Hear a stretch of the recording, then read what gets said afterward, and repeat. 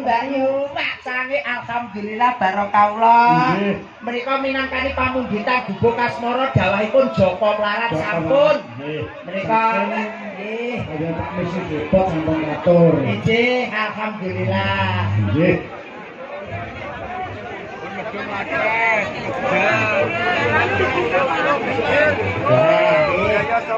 Cantik dulur wedok iki sik akeh. Nggih, iki kersane dijemurne setunggal. Setelah niku mengke Mbak Niken Salindri kita panggungan makaten. Nah, podang kuning niku kula dereng atur. Nah, nggih, monggo. Mbak Novi ya. Mbak Novi ayo Mbak Novi. Ya, Mbak Novi. Monggo Mbak Novi, Mbak Novi. Podang kuning. Podang kuning Mbak Novi monggo. Yuk. Ya. Monggo. Kale kula uga nyanyi. Nah, Mbak Novi. Wilujeng dalu, Nduk. Injih sugeng dalu. Alhamdulillah. Injih sugeng dalu. Alhamdulillah barokah saged sowan teng ngene pesugihan Pulung Ponorogo. Mugi-mugi para kadang sutresna warga masyarakat pinaringan seger waras kathah rejeki panjang yuswa, Nduk. Amin. Mbak Novi menika statusipun apa, Mbak Novi?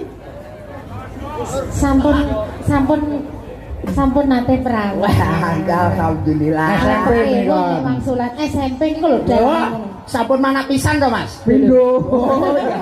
Alhamdulillah. Kula mau sonten ditangketi Bapak mriki. Nggih. Mbak, nggih. Di dawuhi Mbak napa Bu kantun kula berarti kula jek enom ngoten. Nggih, Mbak Novi iki tetep sik enom. Nah, nggih aku ki rada merasa bangga. Tapi kula upama tuwek ya gak gelem diakoni tuwek. Lah kok saged?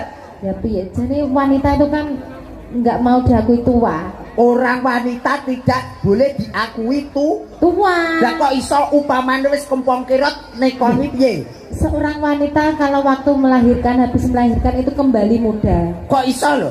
Ya iso kan balik anyar ngono jare. Kuwi ki ora balik anyar. Lho, lah pripun? Balik bubrak. Niko. Kopi kok ya. Lho jare mbae ngoten. Pripun? Podang kuning ya, Nduk ya. Siap. Langsung mawon mboten sadibawani. Nggih. Langsung. Monggo penonton. Ya. Sesek ngoten. Ya, podang kuning. Monggo, Mbak Novi. Monggo, Mas.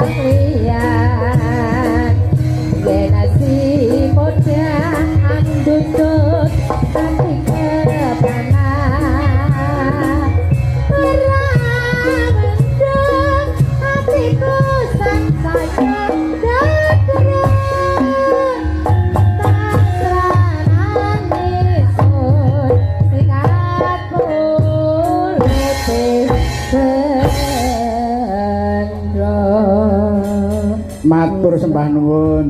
Nggih, sembah nuwun Mak Cange. Wah, Nggih, luar biasa niki gubuk kasmara sampun, Podang kuning sampun niku wau Joko mlaratipun Nggih, sampun. Nah, niki kunjuk dumateng sedaya pamirsa warga masyarakat khusus warga Desa Kesugihan. Menika sedaya pinaringan seger waras nggih. Pinaringan berkah nggih. Mbak Niken sakniki napa mangke? Mangke napa sakniki? Tepuk tangan kagem Mbak Niken Salindri.